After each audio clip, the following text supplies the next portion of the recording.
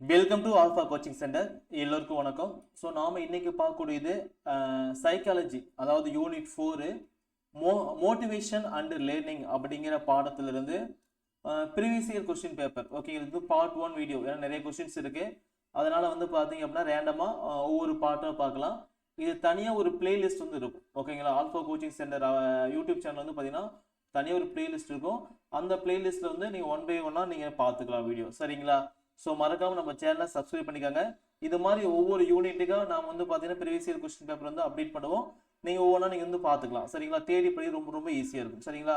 So வாங்க, unit வந்து motivation and learning. ஓகேங்களா? ஸோ ஃபர்ஸ்ட் கொஸ்டின் பாருங்க. அனுபவத்தின் விளைவால் புதிய நடத்தையை அடைதல் கற்றல் எனப்படும் என்று கூறியவர். அனுபவத்தின் விளைவால் புதிய நடத்தையை அடைதல், இதுதான் வந்து கற்றல் எனப்படும் என்று கூறியவர். So answer option A, Henry B Smith. இவரு தான் அனுபவத்தின் விளைவால் புதிய நடத்தையை அடைதல். ஓகேங்களா? ஸோ நம்ம வந்து ஒரு அனுபவத்தினால தான் வந்து பார்த்தீங்கன்னா நம்முடைய நடத்தையை மாற்ற முடியுது. இப்போ பாருங்க, காலேஜ் படிக்கும்போது ஒரு மாதிரி இருப்போம், வேலைக்கு போகும்போது ஒரு மாதிரி இருப்போம், கல்யாணம் ஆகும்போது ஒரு மாதிரி இருப்போம். ஓகேங்களா? அது எல்லாமே வந்து பார்த்தீங்க அப்படின்னா அனுபவத்தின் விளைவால் தான். ஓகேங்களா? ஒரு புதிய மாற்றம் ஏற்படுச்சு அப்படின்னா அதான் வந்து கற்றல்னு சொல்றாரு. யாரு? Henry B Smith. ஒரு குறிப்பிட்ட காலத்தில் கற்றலில் முன்னேற்றம் குறிப்பிடப்படும் வரைபடத்தால் விளக்கம் யாது? ஒரு குறிப்பிட்ட காலத்தில் கற்றலில் முன்னேற்றம் குறிப்பிடப்படும் வரைபடத்தால் விளக்கம் யாது? ஆன்சர் கற்றல் வளைவு கோடு. ஓகேங்களா? ஸோ ஒரு கிராஃப் மாதிரி படிச்சிருப்போம். ஓகேங்களா? ஸோ இது வந்து பார்த்தீங்க அப்படின்னா இது மாதிரி போகும். ஸோ இப்படி மேலே போச்சு அப்படின்னா அது முன்னேற்றம், இப்படி கிடைமட்டமாக இருந்துச்சு அப்படின்னா எந்த விதமான மாற்றமும் இல்லை அப்படின்னு சொல்லி படிச்சிருப்போம். அந்த லேர்னிங் கர்வ் சொல்லுவாங்க. என்னன்னு சொல்லுவாங்க? கற்றல் வளைகோடு. ஒரு குறிப்பிட்ட காலத்தில் கற்றலில் முன்னேற்றம். ஓகே, கற்றல் வந்து பார்த்தீங்கன்னா முன்னேற்றம் இருக்கு. அப்படி இருக்கும்போது அப்படி குறிப்பிடப்படும் வரைபடத்தால் வந்து என்ன அப்படின்னு சொல்லி கேட்கிறாங்க. அதான் வந்து பார்த்தீங்கன்னா கற்றல் வளைகோடு கர்வு என்ற லேர்னிங் கர்வ். விமர்சனம், வியந்து பாராட்டுதல் மற்றவர்கள் எந்த வகை ஊக்கியின் முதன்மை காரணியாகும்? விமர்சனம், வியந்து பாராட்டுதல் மற்றவைகள் எந்த வகை ஊக்கியின் முதன்மை காரணிகளாகும்? ஓகேங்களா? ஸோ ஆன்சர் வந்து பார்த்தீங்கன்னா இது எல்லாமே வந்து பார்த்தீங்க அப்படின்னா எக்ஸ்டர்னல் மோட்டிவேஷன், வெளி ஊக்கிகள். இது எல்லாமே வந்து பார்த்தீங்க அப்படின்னா விமர்சனம் மற்றவங்க, வியந்து பாராட்டுதல் மற்றவங்க. ஓகே, எல்லாமே மற்றவை அப்படின்னா வெளியிருந்து வருதா? ஸோ வந்து பார்த்தீங்கன்னா வெளி ஊக்கிகள். அறிவுசார் கற்றலானது டேஸ் மூலம் அடையப்படும். அறிவுசார் கற்றலானது ஓகேங்களா டேஸ் மூலம் அடையப்படும். ஆன்சர் ஆப்ஷன் சி, மன செயற்பாங்குகள். ஓகேங்களா? ஸோ மெண்டல் ப்ராசஸ் தான் வந்து பார்த்தீங்கன்னா அறிவுசார் கற்றலானது மெண்டல் ப்ராசஸ் மூலம் அடையப்படும். ஓகேங்களா? மன செயற்பாங்குகள் மூலம் அடையப்படும். வாழ்வாதாரத்திற்கு ஒருவர் கற்கும் திறனானது டேஸ் வகை ஊக்குவித்தல் ஆகும். வாழ்வாதாரத்திற்கு ஒருவர் கற்கும் திறனானது டேஸ் வகை ஊக்கிகளாகும். ஆன்சர் ஆப்ஷன் சி, வெளிப்புற ஊக்கிகளாகும். கற்ற அளவு மேலும் கீழுமாக ஓகேங்களா செல்வதை காட்டும் வளைவு. கற்றல் வந்து பாத்தீங்க அப்படின்னா மேலும் கீழுமா வந்து போயிட்டு இருக்கு பாத்தீங்களா, அதை வந்து காட்டக்கூடிய வளைவு வந்து என்ன?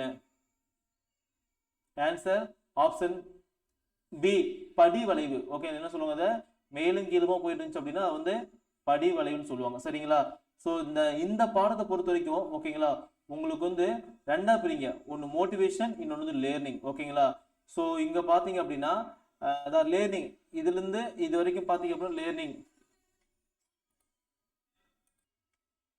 ஸோ உங்களுக்கு வந்து பார்த்தீங்கன்னா மோட்டிவேஷன்லேயும் கொஸ்டின்ஸ் வரும், அதேமாதிரி கீழே வரும். ஓகேங்களா?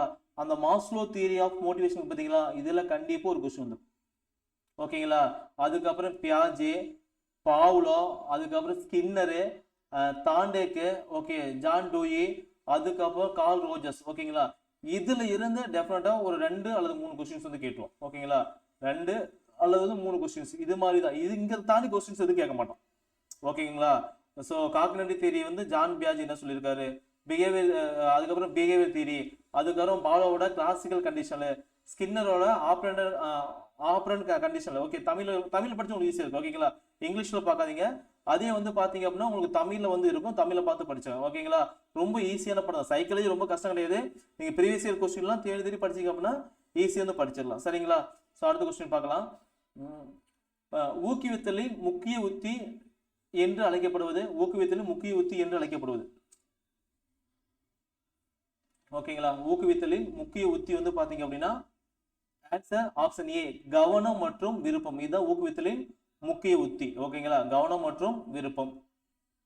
உற்று நோக்கல் கற்றலில் உள்ள 4 படிநிலைகளை கண்டறிந்தவர். உற்று நோக்கல் கற்றலில் உள்ள 4 படிநிலைகளை கண்டறிந்தவர் யாருன்னு பாத்தீங்க அப்படின்னா ஆப்ஷன் டி, பண்டூரா. ஓகேங்களா. டேஸ் என்பது கற்றலின் உச்சநிலை. ஓகேங்களா, டேஸ் என்பது ஒரு கற்றலோட ஒரு highest stage, highest level of learning. Answer வந்து பாத்தீங்க அப்படின்னா காரணிப்படுத்துதல். ஓகேங்களா, இதுதான் வந்து கற்றலோட ஒரு உச்ச நிலை. கற்றல் என்பது சுற்றுச்சூழல் தேவையை பூர்த்தி செய்யும் ஒவ்வொரு நடத்தை மாற்றத்தையும், ஓகேங்களா, என்று டேஸ் என்பது வரையறுக்கப்பட்டது. கற்றல் என்பது சுற்றுச்சூழல் தேவையை பூர்த்தி செய்யும் ஒவ்வொரு நடத்தை மாற்றத்தையும், ஓகே, என்று டேஸ் என்பது வரையறுக்கப்பட்டது. Answer option D. ஓகேங்களா, கார்ட்னர் மார்ஃபி. ஓகேங்களா. தன்னிறைவு கோட்பாட்டை அளித்தவர். ஓகேங்களா, தன்னிறைவு கோட்பாட்டை அளித்தவர் வந்து பாத்தீங்க அப்படின்னா ஆபிரகாம் மாஸ்லோ. ஓகேங்களா, இவர்தான் தன்னிறைவு கோட்பாட்டை வந்து அளித்தவர். மாணவர்கள் வீட்டு வேலை ஒப்படைப்புகளை செய்கிறார்கள் என்பது அவற்றின் அறிவுத்திறனுக்கான டேஸ் எடுத்துக்காட்டாகும். மாணவர்கள் வீட்டு வேலை ஒப்படைப்புகளை செய்கிறார்கள் என்பது அவர்களின் அறிவுத்திறனுக்கான டேஸ் எடுத்துக்காட்டாகும். ஆன்சர் சுய ஒழுக்கு. டேஸ் பெற்றோர் வளர்க்கும் முறை குழந்தைகளை தன்னிச்சையாக செயல்பட ஊக்குவித்தலும் சில வரம்புகள் மற்றும் கட்டுப்பாடுகளை அவர்களின் செயல்பாடுகளை நிலைப்படுத்துதலையும் குறிக்கும். டேஸ் பெற்றோர் வளர்க்கும் முறை குழந்தைகளை தன்னிச்சையாக செயல்பட ஊக்குவித்தலும் சில வரம்புகள் மற்றும் கட்டுப்பாடுகளை அவர்களின் செயல்பாடு நிலைப்படுத்துவதையும் குறிக்கும். ஆன்சர் ஆப்ஷன் டி, அதிகார போக்கு. ஓகேங்களா. ஸோ இது வரைக்கும் பார்த்தீங்க அப்படின்னா நம்ம ப்ரீவியஸ் இயர் கொஸ்டின் பேப்பர் வந்து 4th லெசன்ஸ், ஓகேங்களா, பார்த்தோம். ஸோ கொஸ்டின்ஸ் வந்து பார்த்தீங்க அப்படின்னா உங்களுக்கு ரொம்ப ரொம்ப யூஸ்ஃபுல்லாக இருக்கும். ஸோ இதே மாதிரி தொடர்ந்து ஒவ்வொரு லெசன் நாங்கள் அப்டேட் பண்ணிட்டே வரோம். ஸோ நம்ம சேனல் மறக்காம சப்ஸ்கிரைப் பண்ணி வச்சுக்கோங்க. ஸோ நெக்ஸ்ட் வந்து பார்த்தீங்க அப்படின்னா இதுலேயே பார்ட் 2 வந்து பார்க்கலாம். ஓகேங்களா, பார்ட் 2 வந்து பார்த்தீங்கன்னா நெக்ஸ்ட் வீடியோவில் பார்க்கலாம். சரிங்களா, தேங்க்யூ.